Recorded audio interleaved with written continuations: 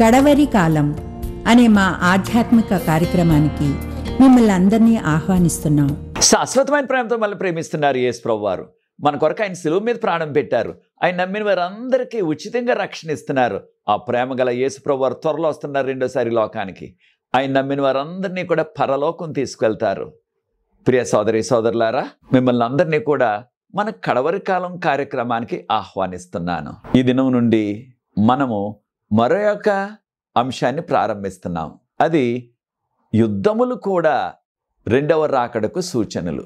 The wars are sign of second coming. దీనిని Bible గ్రంథం నుంచి మనం నేర్చుకోబోతున్నాం. బైబిల్ గ్రంథం యుద్ధాల గురించి ఏం చెప్తుంది, యుద్ధాలు ఏ రీతిగా రెండవ రాకడకు గుర్తులు అనే విషయాన్ని బైబిల్ గ్రంథం నుంచి నేర్చుకోబోతున్నాం. అనేకమైన విషయాలు ఉన్నాయి కనుక ఇవి కొన్ని ఎపిసోడ్లో మనం నేర్చుకోబోతున్నాం. ఇది మొదటి ఎపిసోడ్.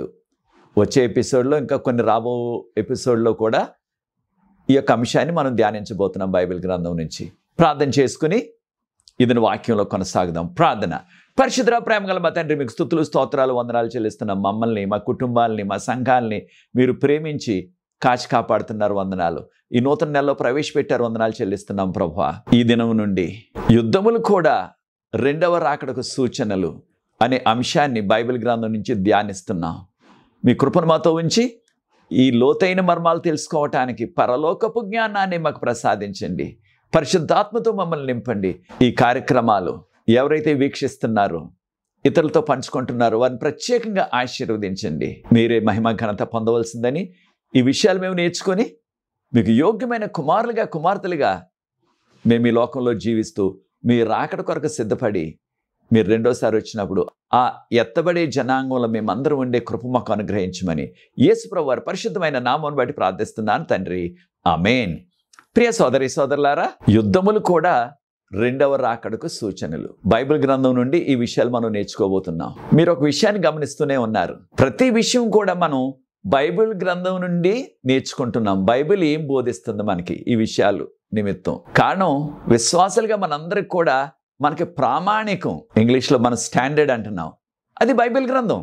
కనుక బైబిల్ ఏం బోధిస్తుందో దానిని మనం నేర్చుకుని దానిని నమ్మి బైబిల్ చెప్తున్న విషయాల్ని మనం ఇతరులకు కూడా ఆ విషయాలు మనం బోధించాలి. యేసుప్రభు ఈ లోకంలో జీవించినప్పుడు ఆయన ఎంతో వివరంగా చెప్పారు ఆయన శిష్యులతో.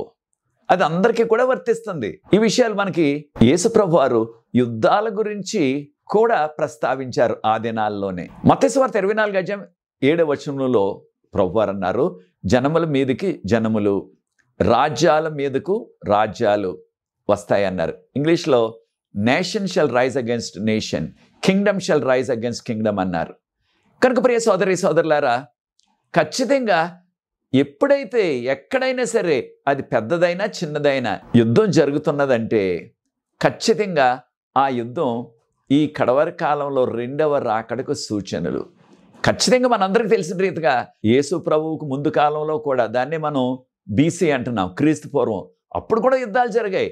కానీ ప్రాముఖ్యంగా ఈ కడవరి కాల చివరి దినాల్లో జీవిస్తున్న మనకు ఇది చాలా ప్రాముఖ్యమైన సూచన, యుద్ధాలు.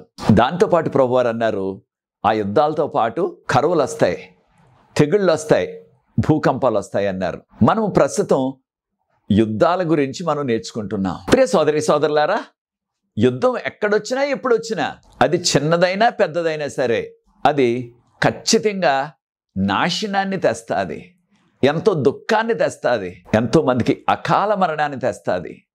కారణం, యుద్ధం చేసేవారు ఎక్కువగా యువకులే ఉంటారు. ఈ మధ్యకాలంలో యువతి యువకులు కూడా, స్త్రీలు కూడా అనేక దేశాల సైన్యాల్లో వారు కూడా ప్రధానమైన భూమిక పోషిస్తున్నారు. కనుక యుద్ధం ఎక్కడొచ్చినప్పటికీ దాని వలన వచ్చేది అకాల మరణాలు. మనందరికీ తెలిసిన రీతిగా బైబిల్ గ్రంథంలో కయ్యోను తన సొంత తమ్ముడైన ఏబేల్ని చంపేశాడు. ఇది మానవ చరిత్రలో ఆరంభం మాత్రమే. అప్పుడే కదా మానవ చరిత్ర ప్రారంభమైంది. ఈ భూమి మీద ఉన్న మనుషులందరూ కూడా ఒట్టి నలుగురే అప్పటికి. ఈ విషయాలు మనం ఆదికాండం 4:8-11 వరకు ఉన్న వాక్య భాగంలో మనం ధ్యానిస్తున్నాం. ప్రియ సోదరి సోదరులారా, ఆదిలోనే తన సొంత తమ్ముడైన ఏబేలును కయ్యోను చంపేశాడు. అనగా వారి సొంత కుటుంబంలోనే ఈ విధమైన భయంకరమైన పరిస్థితి ఏర్పడ్డది. దేనివల్ల మనందరికీ తెలుసు, కయ్యోను ఏబేలు కూడా దేవునికి బలి అర్పణలు అర్పించారు. కయ్యోను గుర్తించింది ఏమిటంటే, పరలోకం నుంచి అగ్ని వచ్చి తన తమ్ముడైన ఏబేలు అర్పించిన అర్పణను దహించి వేసింది. తాను అర్పించిన ఆ యొక్క కూరగాయలు, ఫలాలు, పుష్పాలు కణం ఆయన వ్యవసాయదారుడు కనుక అవి తీసుకొచ్చాడు. అయితే దేవుడు అంగీకరించలేదు దాన్ని. కారణం, దేవుడు ఏది చెప్తే అదే చేయాల, మన ఇష్టం వచ్చినది కాదు. దేవునికి ఇష్టమైనది మనం చేయాల. దేవుడు చెప్పారు, దహన బలి అన్నప్పుడు ఎప్పుడైనా సరే గొర్రెపిల్ల, అది పాత నిబంధనలో యేసుక్రీస్తుకు సాదృశ్యం. కనుక ఇక్కడ కయ్యోను యొక్క అర్పణను దేవుడు అంగీకరించలేదని చూడండి ఎవరి మీద చూపించాడో కోపం, తన తమ్ముడి మీద చూపించాడు. దేనివల్ల? తనలో ఆ యొక్క ద్వేషం వచ్చేసింది, అసూయ వచ్చేసింది. నేను పెద్దవాడిని, నా అర్పణ దేవుడు అంగీకరించలేదు అని. కనుక ఈ యొక్క స్వార్థం, ద్వేషం అదేం చేస్తుంది? ఆ యొక్క స్వార్థం ద్వేషానికి నడిపిస్తుంది. ఆ ద్వేషం ఎక్కువ కాలం మన యొక్క మనసులో ఉంచుకున్నట్లయితే అది పగగా మారిపోతుంది. ఆ యొక్క పగ ఒక దినాన్న మన యొక్క ప్రత్యర్థి ఎవరైనా సరే, మన సొంత వారైనా సరే, వారిని హతం చేసేయటానికి నడిపిస్తుంది. చూచారా? స్వార్థం, ద్వేషం ఈ యొక్క చిన్నపాటి యుద్ధం ఆ కుటుంబంలో దానికి కారణమయ్యాయి. అయితే ప్రియ సోదరి సోదరులారా, మనం గమనిస్తున్నాం దుష్ట ఆలోచన. ఏంటి దుష్ట ఆలోచన?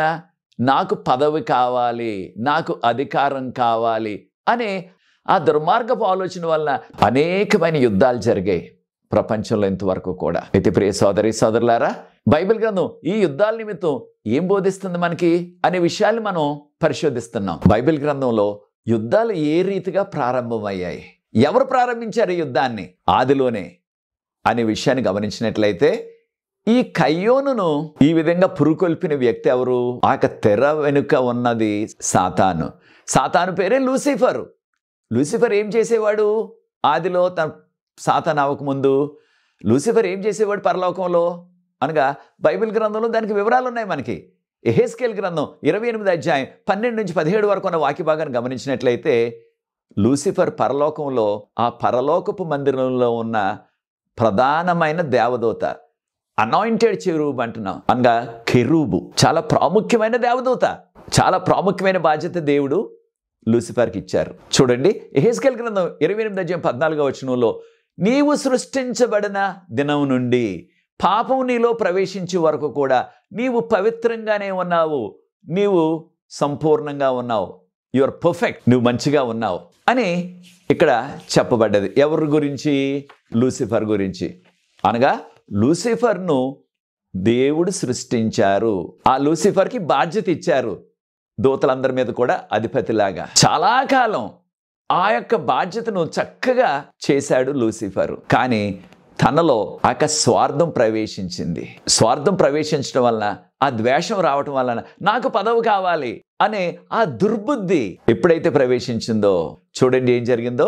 యెషయా గ్రంథం 14వ అధ్యాయం 12వ వచనం గమనించినట్లయితే, యెషయా గ్రంథం 14వ అధ్యాయం 12వ వచనంలో, తేజో నక్షత్రమా, వేకువ చుక్క, నీవు నేలకు ఏ విధంగా పడగొట్టబడ్డావు అనగా భూమి మీదకి ఏ విధంగా పడగొట్టబడ్డావు. ఇక్కడ తేజో నక్షత్రమా, వేకువ చుక్క అనే మాట వాడారు. కానీ లూసిఫర్ అనే ఆ పేరు వాడలేదు.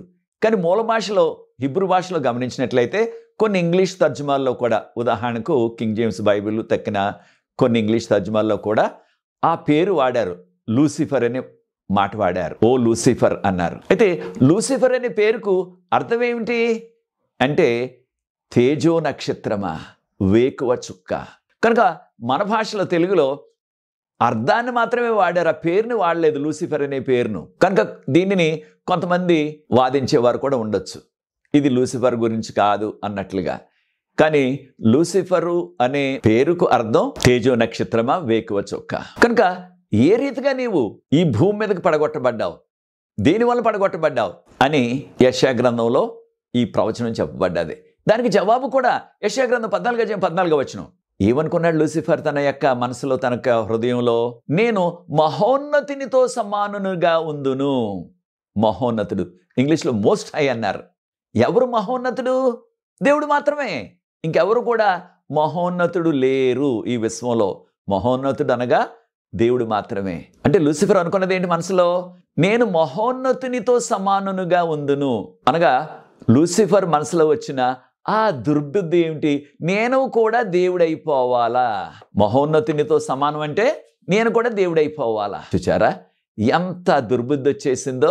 మనందరికీ తెలుసు. ఈ సృష్టి అంతటి కూడా ప్రభువారు చేశారు. 6 దినాల్లో చేశారు. 7వ దినాన్ని విశ్రమించారు. మనము ఈ విషయాలు ఆదికాండం 1వ అధ్యాయము 2వ అధ్యాయంలో ఈ విషయాలు చదువుతున్నాం మనం. అయితే వెంటనే మనకు వచ్చే ప్రశ్న ఏమిటంటే, ఈ లోకం అంతటిని, లోకంలో ఉన్నవన్నీ కూడా దేవుడు చేశారు 6 దినాల్లో. మరి దేవదూతలను ఎవరు సృష్టించారు? దేవదూతలు ఎలా వచ్చారు? వారు ఆది నుంచే ఉన్నారా? వారికి వారే దేవుడికి లాగా ఉనికిలోకి వచ్చేసారా సొంతగా అనే ప్రశ్న వస్తుంది. దానికి జవాబు కూడా బైబిల్ గ్రంథంలో ఉన్నది మనకి. హెబ్రీయులకు రాసిన పత్రిక 1వ అధ్యాయం 7వ వచనం చదివినట్లయితే దానిలో దేవుడే దూతలందరినీ కూడా తన పరిచారకులుగా అనగా దేవునికి పరిచర్య చేసే ఆత్మలుగా వారిని వెలుగుతో సృష్టించారు అని చెప్పబడ్డాది. వెలుగంటే దేవుని యొక్క మహిమ, ఇంగ్లీష్లో గ్లోరీ అంటున్నాం మనం. కనుక దేవుడు దేవదూతల్ని వెలుగు సంబంధులుగా చేశారు. దాంతో పాటు కొలసీయులకు రాసిన పత్రిక 1వ అధ్యాయం 16వ వచనాన్ని చదివినట్లయితే ఇక్కడ యేసు ప్రభు వారి గురించి చెప్తూ, యేసు ప్రభు వారే, ఆయనే మన కుమారుడు అంటున్నాం, ఆయన సమస్తాన్ని కూడా సృష్టించారు. పరలోకములో ఉన్నవి, ఈ భూలోకంలో ఉన్నవి, మనకి కంటికి కనిపించేవి, కంటికి కనిపించినవి. అంటే ఇంగ్లీష్లో విజిబుల్ అండ్ ఇన్విజిబుల్ అన్నారు. మన కంటికి కనిపించినవి ఈ విశ్వంలో అనేకమైన ఉన్నవి. దేవదూతలు కూడా ఒకరు. కనుక అందరినీ కూడా యేసు ప్రభు వారే అనగా కుమారుడే సృష్టించారని చెప్పబడ్డది. దేవదూతల్లో ఒక దేవదూత లూసిఫర్. కానీ దేవుడు ఆ ప్రత్యేకమైన ఆ పదవిని, బాధ్యతని ఇచ్చారు. అనాయింటెడ్ చెరూబ్ అంటున్నాం, అంటే కెరూబుగా ఉండటానికి. కనుక ఈ సృష్టించబడిన ఏ దూత అయినా సరే దేవుడు కాగలడా? అది అసాధ్యం. కాను సృష్టి ఒక సృష్టికర్తగా మారలేడు. యేసుప్రభు 2వ రాకడ తర్వాత మన పరలోకం వెళ్ళిన తర్వాత మనం ఎన్ని కోట్ల సంవత్సరాలు జీవించినప్పటికీ పరలోకంలో ఆయనతో ఒక దినాన్న మనం దేవుడిగా మారగలమా? అది సాధ్యం కాదు. కారణం ఏంటి? సృష్టికర్తకు సృష్టించబడిన వారికి చాలా తేడా ఉన్నది. కనుక ఈ యొక్క లూసిఫర్ అనుకున్నది, నేను మహోన్నతునితో సమానంగా ఉండాలి అంటే నేను దేవుడైపోవాలి. ఎప్పుడైతే ఆ దుర్బుద్ధి పుట్టిందో వెంటనే దేవుడు లూసిఫర్ను ఈ భూమి మీదకి నెట్టేసినట్లుగా బైబిల్ గ్రంథంలో మనకు వివరాలు ఉన్నాయి. మనం గమనించినట్లయితే ఆదిలోనే ఎప్పుడైతే లూసిఫరు తనకి సపోర్ట్ చేస్తున్న, తనకి సహకరిస్తున్న ఆ దూతలు తిరుగుబాటు చేశారో పరలోకంలో, అప్పుడు చెప్పబడ్డది, అంతట పరలోకములో యుద్ధము జరిగెను. ప్రకటన గ్రంథం 12వ అధ్యాయం 7వ వచనం. పరలోకంలో యుద్ధం అనగా బైబిల్ గ్రంథం మనకి బోధిస్తున్నది, ఆదిలోనే పరలోకంలోనే ఆ యుద్ధం ప్రారంభమైంది. ఎవరి మధ్య ప్రారంభమైంది? మిఖాయేలు తన దేవదూతలు. ప్రకటన గ్రంథం 12వ అధ్యాయం 7వ వచనంలో. ఎవరికి వ్యతిరేకంగా? ఆ ఘట సర్పము తన దేవదూతలు. ఎవరు ఘట సర్పము? ఆ ఘట సర్పం అంటే బైబిల్ గ్రంథంలోనే మనకు వివరణ ఉన్నది. ప్రకటన గ్రంథం 12వ అధ్యాయం 9వ వచనంలో ఆ ఘట సర్పము, యోహాను నీవు చూచిన ఆ ఆది సర్పము, తననే దెయ్యమని సాతానని పిలుస్తున్నాం మనం. ఇంగ్లీష్లో డెవిల్ అండ్ సాటన్ అంటున్నారు. కనుక ఘట సర్పం ఎవరో ఇక్కడ గుర్తించబడ్డది, ఇక్కడ వివరంగా చెప్పారు. ఆ యొక్క ఘట సర్పం అనగా ఆ ఆది సర్పం. ఆది సర్పం అంటే ఏదేను తోటలో సర్పరూపంలో వచ్చిన సాతాను, తన్నే డెవిల్ అని, తర్వాత సాటన్ అంటున్నాం, అనగా దెయ్యము లేకపోతే సాతాను అంటున్నాం. వారికి వీరిరువురికి మధ్య యుద్ధం జరిగింది. ఎక్కడ? పరలోకంలోనే జరిగింది. మిఖాయేలు తన దూతలు, ఘట సర్పం అనగా సాతాను, తనకి అనుచరులుగా ఉన్న, తనకు సపోర్ట్ ఉన్న ఆ దూతలు. ఒక విషయాన్ని కూడా మనం గుర్తించాలా, ఈ మిఖాయేలు ఎవరు? మనలో చాలామంది మిఖాయేలు అనే మాటకు మనం అనుకునేది ఒక దూత, ప్రధాన దూత అనుకుంటున్నాం. కానీ మిఖాయేలు అనే పేరుకు అర్థం గమనించినట్లయితే మహోన్నతుని వంటి వాడు. ఎవరు మహోన్నతుని వంటి వాడు? దేవునితో సమానుడు ఎవరు? తన కుమారుడే, ఇంకెవరు కాదు. కనుక మిఖాయేలని చెప్పబడిన ఈ వ్యక్తి ఒక మామూలు దూత కాదు సుమా, దూతల్లో ఒక అధిపతి అయిన దూత కాదు సుమా. ఆయన దేవుడే, ఆయనే మనం కుమారుడు అంటున్నాం పాత నిబంధనలో. క్రొత్త నిబంధనలో మనం క్రీస్తు అంటున్నాం. ఆయన మిఖాయేలు.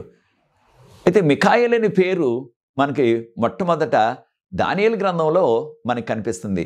ఎప్పుడైనా ఈ యొక్క విశ్వంలో ఈ యొక్క సాతాను తన యొక్క అనుచరులు ఈ యుద్ధానికి తెరతీస్తున్నారో అప్పుడు వాడబడిన మాట దేవుని మిఖాయేలు. కనుక ప్రియ సోదరి సోదరులారా, ఈ యుద్ధంలో మిఖాయేలు అనగా దేవుడు, ఆయనతో ఉన్న దేవదూతలు వారు యుద్ధం చేశారు. మనం యుద్ధం అనగానే వెంటనే మనకి మనసులో గుర్తొచ్చేది ఏమిటి? ఈ రోజుల యుద్ధాలు యొక్క బాంబులు, తుపాకులు, తర్వాత క్షిపణులు అంటున్నాం, మిసైళ్ళు అంటున్నాం, రకరకాల యుద్ధ విమానాలు, ఇలాంటి వాటితో మానవులు యుద్ధాలు చేస్తున్నారు మన రోజుల్లో. అయితే పరలోకంలో ఇటువంటి ఈ యొక్క బాంబులు, మిసైళ్ళు, లేకపోతే యుద్ధ విమానాలు వాటితో కాదు. ఎప్పుడైతే లూసిఫరు తనతో ఉన్న ఆ దూతలు దేవునికి విరుద్ధంగా తిరుగుబాటు చేశారో, దేవునికి లోబడకుండా మానేశారో, అదే యుద్ధం. ఇక్కడ జరిగింది ఆ పరలోకంలో వాడే ఏ రకమైన ఆయుధాలు కాదు, ఇవి మాటలు మాత్రమే. కొన్నిసార్లు మనం వార్తల్లో వింటున్నాం, మాటల తోటాలు పేలుతున్నాయి అంటున్నారు. అలాగే ఈ యొక్క దేవునికి విరుద్ధంగా లూసిఫరు తనతో ఉన్న దేవదూతలు వాడిన మాటలే ఒక తోటాల్లాగా లేకపోతే ఆయుధాల్లాగా మనం అర్థం చేసుకోవాలి సాదృశ్యంగా. ప్రకటన గ్రంథం 12:4 ఆ ఘట సర్పము తన యొక్క తోకతో పరలోకములో ఉన్న 3వ వంతు నక్షత్రాల్ని నేలకు పడగొట్టేశాడని చెప్పబడ్డది. ప్రకటన గ్రంథం 12:4 ఈ పరలోకపు నక్షత్రాలు ఎవరు? 3వ వంతు. దానికి కూడా జవాబు మనకు బైబిల్ గ్రంథంలో కనిపిస్తుంది. ప్రకటన గ్రంథం 1:20 మనం చదివినట్లయితే ప్రభువారు అన్నారు, యోహాను, నీవు చూచిన 7 నక్షత్రాలు కూడా 7 దేవదూతలు అని చెప్పారు. అనగా ఈ ప్రకటన గ్రంథం 12:4 చెప్పబడిన నక్షత్రాలు, పరలోకపు నక్షత్రాలు భూమి మీదకి పడగొట్టబడ్డాయి తన తోకతో. ఎవరి తోకతో? ఘట సర్పము తోకతో. సాదృశ్యంగా తోక అన్నారు. అనగా దేవునికి లూసిఫర్కు మధ్య జరిగిన ఆ యుద్ధంలో, ఆ మొదటి యుద్ధం, పరలోకంలో జరిగిన యుద్ధంలో వారు ఓడిపోయారు. కనుక ఎవరు? లూసిఫరు, తనతో ఉన్న ఆ 3వ వంతు దేవదూతలు, వారిని దేవుడు పరలోకం నుంచి నెట్టేశారు. అప్పుడు పరలోకం నుంచి లూసిఫరు, తనతో ఉన్న ఆ 3వ వంతు దేవదూతలు ఎక్కడ పడ్డారు? వారు భూమి మీద పడ్డారు. ఈ లూసిఫర్తో వచ్చిన ఆ 3వ వంతు దూతలు వారు పడిపోయారు కనుక పడిపోయిన దేవదూతలు అంటున్నాం మనం వారిని. ఇప్పుడు కొంతమంది కొన్ని సందర్భాల్లో మనం దెయ్యాలు అంటున్నాం, మనం కొంతమంది వారిని భూతాలు అంటున్నారు. ఎవరిని? లూసిఫర్తో పాటు పరలోకం నుంచి నెట్టివేయబడిన ఆ 3వ వంతు దేవదూతల్ని. కొన్ని ప్రాంతాల్లో వారిని పిశాచాలు అంటున్నారు, కొన్ని ప్రాంతాల్లో వారిని దురాత్మలు అంటున్నారు, కొన్ని ప్రాంతాల్లో వారిని చీకటి శక్తులు అంటున్నారు. ఈ విధంగా రకరకాల పేర్లతో పిలుస్తున్నాం మనం ఎవరిని? లూసిఫర్తో పాటు పరలోకం నుంచి నెట్టివేయబడిన 3వ వంతు దేవదూతలు. ఎందుకు నెట్టివేశారు వారిని? ఆ 3వ వంతు దేవదూతలు ఈ యొక్క లూసిఫర్కు సంఘీభావం పలికి దేవునికి వ్యతిరేకంగా తిరుగుబాటు చేశారు కనుక వారిని కూడా నెట్టివేశారు. వారు ఈ యొక్క భూమి అంతా కూడా సంచరిస్తూ మన కంటికి కనిపించట్లేదు, రకరకాల దుష్ట కార్యాలు చేస్తున్నారు. కనుక ప్రియ సోదరి సోదరులారా, సాతాను యుద్ధాలన్నిటికీ కూడా జనకుడు, యుద్ధాలన్నిటికీ కూడా పితామహుడు అనమాట. యుద్ధాలకి తండ్రి సాతాను. యుద్ధాన్ని ప్రారంభించిన వాడు లూసిఫరు. ఆ లూసిఫర్ని మనం ఇప్పుడు సాతాను అంటున్నాం. ఇది పరలోకంలోనే జరిగింది, అక్కడి నుంచి నెట్టివేశారు. కనుక ఈ భూమి మీద జరుగుతున్న అది చిన్న యుద్ధమైనా పెద్ద యుద్ధమైనా, చిన్న యుద్ధం అంటే మన కుటుంబాల్లో, మన సంఘాల్లో, మన గ్రామాల్లో వచ్చే ఆ యొక్క సమస్యలు, ఆ యొక్క సమస్యలన్నిటికీ కూడా మూల కారణం, తెర వెనుక ఉన్నది సాతాను, తనతో పడిపోయిన ఆ అంధకార శక్తులు, దుష్ట శక్తులు, వారే కారణం. చిన్న యుద్ధాలైనా పెద్ద యుద్ధాలైనా. ఈ పెద్ద యుద్ధాలు అనేవి దేశానికి మధ్య జరుగుతున్నాయి. చిన్న చిన్న యుద్ధాలు మన కుటుంబాల్లో, మన సంఘాల్లో, మన గ్రామాల్లో, మన ప్రాంతాల్లో ఒకరికి ఒకరు పడటం లేదు. వారు అనేక సార్లు కొట్లాడుకుంటున్నారు. ఇవన్నీ కూడా సాతాను కార్యాలు. అయితే ప్రియ సోదరి సోదరులారా, ఎక్కడ పెద్ద యుద్ధం జరిగినప్పటికీ ఆ యుద్ధానికి కారణాలు ఏమిటి? అని చూసినట్లయితే అది పూర్వకాలంలోనైనా ప్రస్తుత కాలంలోనైనా యుద్ధానికి కారణం ఏంటి? ఆ యొక్క దుష్ట ఆలోచన. ఏమిటి దుష్ట ఆలోచన? నాకు పదవి కావాలి, నాకు అధికారం కావాలి, ఆ ప్రక్కవాడి యొక్క స్థలాన్ని నేను ఆక్రమించేసుకోవాలి, ఆ ప్రక్కవాడి యొక్క దేశాన్ని నేను ఆక్రమించేసుకోవాలి అన్నదే యుద్ధాలకు కారణం. కనుక ఎక్కడ యుద్ధం జరిగినప్పటికీ ఇవే కారణాలు. ఆ ప్రక్క దేశాన్ని నేను స్వాధీనం చేసేసుకోవాలా, నాకు ఎక్కువ అధికారం కావాలా, ఆ ప్రక్క దేశంలో రకరకాల వనరులు ఉన్నాయి. ఉదాహరణకు ఈ పెట్రోలియం అని, కొన్ని దేశాల్లో నీరు చాలా సమస్యగా ఉన్నది కాబట్టి మాకు వారు నీరు పంపించట్లేదు, వారి దగ్గరున్న ఆ యొక్క నదులన్నిటిని కూడా వారు ఆనకట్టలు కట్టేస్తున్నారు, నీరు మాకు రావటం లేదు.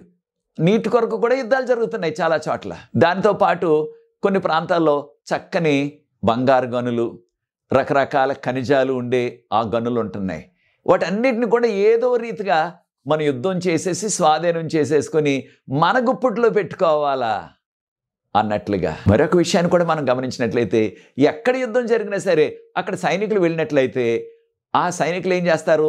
ఆ ప్రాంతంలో వారికి దొరికిన ఆ బంగారం, వెండి, మన కాలంలో అయితే వారికి దొరికిన డబ్బు, తర్వాత విలువైన సరుకులు అవన్నీ కూడా తీసుకుని వెళ్ళిపోతారు. దాంతోపాటు అక్కడున్న ఆ బంగారం, వెండి, ఆ డబ్బు, విలువైన సరుకులు తీసుకుని వెళ్ళిపోవటమే కాకుండా ఆ శత్రువులు ఆ యుద్ధం ద్వారా వారు అనేక మందిని, అమాయక ప్రజల్ని హతం చేసేస్తారు. ఇంకా చాలా చోట్ల జరుగుతున్న ఘోరాలు ఏమిటంటే ఆ ప్రాంతంలో ఉన్న ఆ స్త్రీలను వారు మానభంగం చేసేస్తున్నారు, రేప్ చేసేస్తున్నారు. దాంతోపాటు ఇంకా వారి కోపం తీరక అనేక ప్రాంతాల్లో ఏం చేస్తున్నారు? వచ్చిన శత్రువులు ఆ ప్రాంతంలో యుద్ధం జరిగినట్లయితే అక్కడున్న మంచి సరుకులన్నీ తీసేసుకుని వారికి కావాల్సినవి తక్కినవి ఆ యొక్క ఇళ్లకు నిప్పు పెట్టేస్తున్నారు, కాల్చేస్తున్నారు.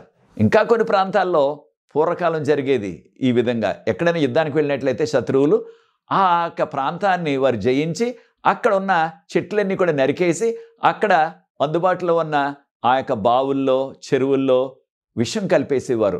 ఒకవేళ ఎవరైనా త్రాగినట్లయితే ఆ నీటిని వారు కూడా చనిపోవాలని. చూచారు ఎంత దారుణమైన విషయాలు యుద్ధాల ద్వారా జరుగుతున్నావో ఒక్కసారి గమనించండి. మన కాలంలో అయితే వీటిని మందు పాత్రలు అంటున్నారు, ల్యాండ్ మైన్ అంటున్నాం ఇంగ్లీష్లో. అవి కూడా పెట్టేస్తున్నారు, పెట్టేసి దాని మీద కాస్త మట్టేసేస్తారు. అక్కడ ఏముందో మనకు తెలియదు. దాని మీద కాస్త అడుగేసినట్లయితే మనం అది పేలిపోతుంది. ఆ వెంటనే ఆ వ్యక్తి చనిపోతాడు, లేకపోతే కాలు ఊడిపడిపోతుంది.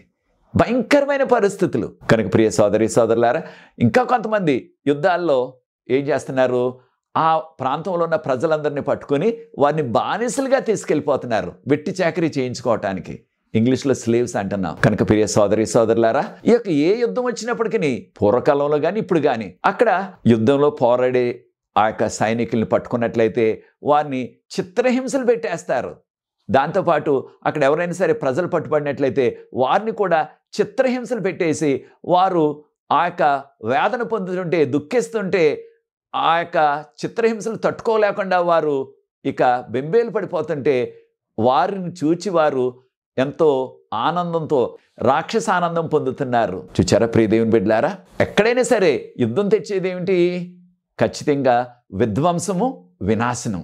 ముఖ్యంగా మన కాలంలో అందుబాటులో ఉన్న ఈ యొక్క అధునాతనమైన ఆయుధాలు ఒక్కటి ప్రయోగించినట్లయితే ఆ ప్రాంతం అంతా కూడా వినాశనం. ప్రాముఖ్యంగా వీటిని రసాయనాలతో చేసిన ఆయుధాలు, అలాగే అణువాయుధాలు అవి ప్రయోగించినట్లయితే కొన్ని తరాల పాటు ఆ ప్రాంతంలో ఎంతో వినాశనం వస్తుంది. అదే జరిగింది చాలా చోట్ల. కనుక ప్రియ సోదరి సోదరులారా, ఎక్కడ యుద్ధం చేసినా సరే ఆ యుద్ధంలో పాల్గొన్న అనేక మంది సైనికులకి వారి కాళ్ళు పోతున్నాయి, వారి కాళ్ళు తెగిపోతున్నాయి, చేతులు తెగిపోతున్నాయి, కొంతమందికి కనుదృష్టి పోతుంది. వారి యొక్క మిగిలిన జీవితకాలం అంతా కూడా అంగవైకల్యంతోనే ఉండాలి. దాంతోపాటు ఆ యొక్క యుద్ధంలో పాల్గొన్న ఆ కుటుంబాలు వారు ఘోష చూస్తున్నట్లయితే కారణం ఆ యొక్క తల్లిదండ్రులు కుమారుని కోల్పోయారు, లేకపోతే ఆ యొక్క సహోదరి సహోదరులు వారి యొక్క సహోదరుడు యుద్ధంలో మరణించాడు, లేకపోయినట్లయితే ఆ యొక్క స్త్రీ యొక్క భర్త చనిపోయాడు యుద్ధంలో,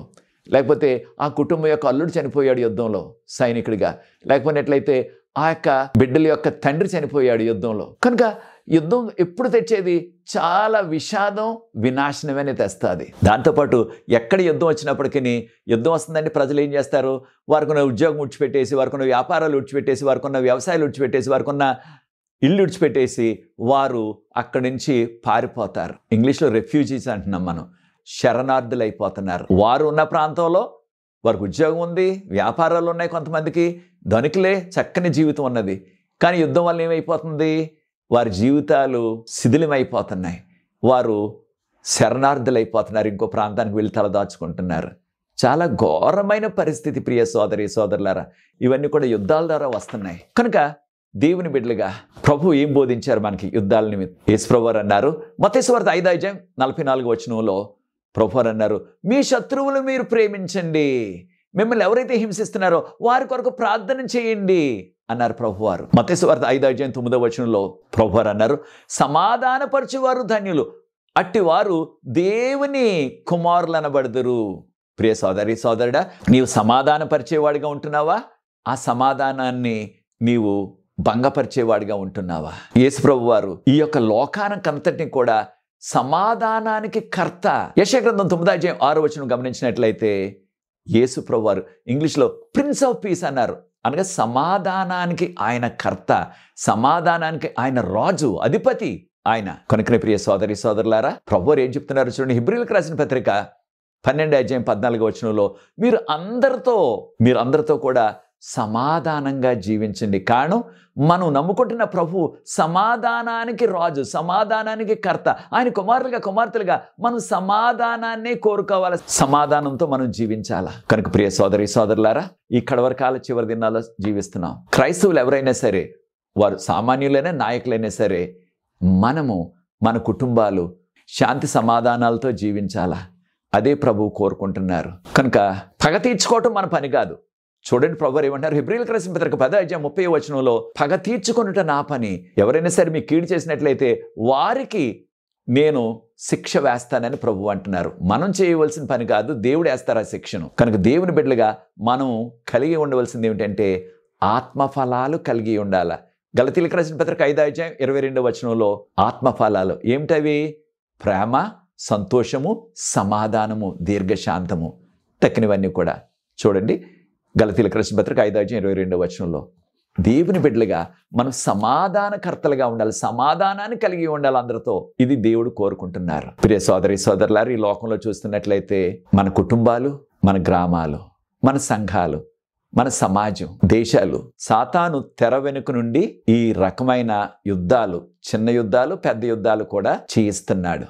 దానిలో మనం పాలిభాగస్తులు కాకుండా సమాధానకర్త అయిన ప్రభు నమ్ముకున్నాం కనుక మనము సమాధానంతో జీవించి ఆ ప్రభు రాకడ కొరకు సిద్ధపడదాం. అది నీ నిర్ణయం అయినట్లయితే నాతో ఏకీవించండి, ప్రార్థించి ఈ యొక్క మొదటి ఎపిసోడ్ ముగిస్తాను. ప్రార్థన. పరిశుద్ధ ప్రేమగల మా తండ్రి, మీకు స్తుతులు స్తోత్రాలు చెల్లిస్తున్నాం. లూసిఫర్ యుద్ధాన్ని ప్రారంభించాడు పరలోకంలో. ఈ భూమి మీదకి పడగొట్టబడిన తర్వాత ఆ యుద్ధాన్ని కొనసాగిస్తున్నాడు ప్రభువా. త్వరలో మీరు వస్తున్నారు. మీ రాకడ కొరకు శాంతి సమాధానాలతో మేము జీవిస్తూ మీ రాకడ కొరకు ఎదురు చూచే ధన్యత మాకు దయచేయండి. ఈ లోకస్తులు సాతాను కూడా అనేక రీతిలుగా మాకు అనేకమైన కష్టాలు తెచ్చిపెట్టడానికి ప్రయత్నాలు చేస్తున్నారు. అయితే మీరు మాకు చెప్పారు, పగ తీర్చుకునేవారు మీరు, వారికి శిక్ష వేసేవారు మీరు. కనుక మేము ఓర్పుతో శాంతి సమాధానాలతో జీవించే కృప మాకు దయచేయమని ఈ కార్యక్రమాన్ని వీక్షిస్తున్న ప్రతి వ్యక్తిని దీవించండి. ఈ పరిచయం ముందు కొనసాగడానికి ఎవరైతే సహకరిస్తున్నారో వారందరూ ప్రత్యేకంగా దీవించవలసిందని యేసుప్రభువు వారి పరిశుద్ధమైన నామమును బట్టి ప్రార్థిస్తున్నాను తండ్రి, ఆమేన్. ప్రియ సోదరి సోదరులారా, వచ్చే ఎపిసోడ్లో మరికొన్ని విషయాలు నేర్చుకోబోతున్నాం ఈ యొక్క యుద్ధాల గురించి. ప్రభు మిమ్మల్ని ప్రేరేపించినట్లయితే ఈ పరిచర్య ముందుకు కొనసాగడానికి మీరు కూడా పాలుభాగస్తులు అవ్వండి, సహకరించండి. తెర మీద వచ్చే నంబర్కు నన్ను సంప్రదించండి, వివరాలు మీకు అందిస్తాం. మీకు ఎటువంటి ప్రార్థన అవసరం ఉన్నప్పటికీ నన్ను సంప్రదించండి. మనకు ప్రార్థనా బృందం ఉన్నది. ప్రతి సాయంత్రం విజ్ఞాపన ప్రార్థన చేస్తున్నాం. అనేక జవాబులు ప్రవహిస్తున్నారు. ఈ అవకాశాన్ని మీరు కూడా సద్వినియోగం చేసుకోండి. God bless you.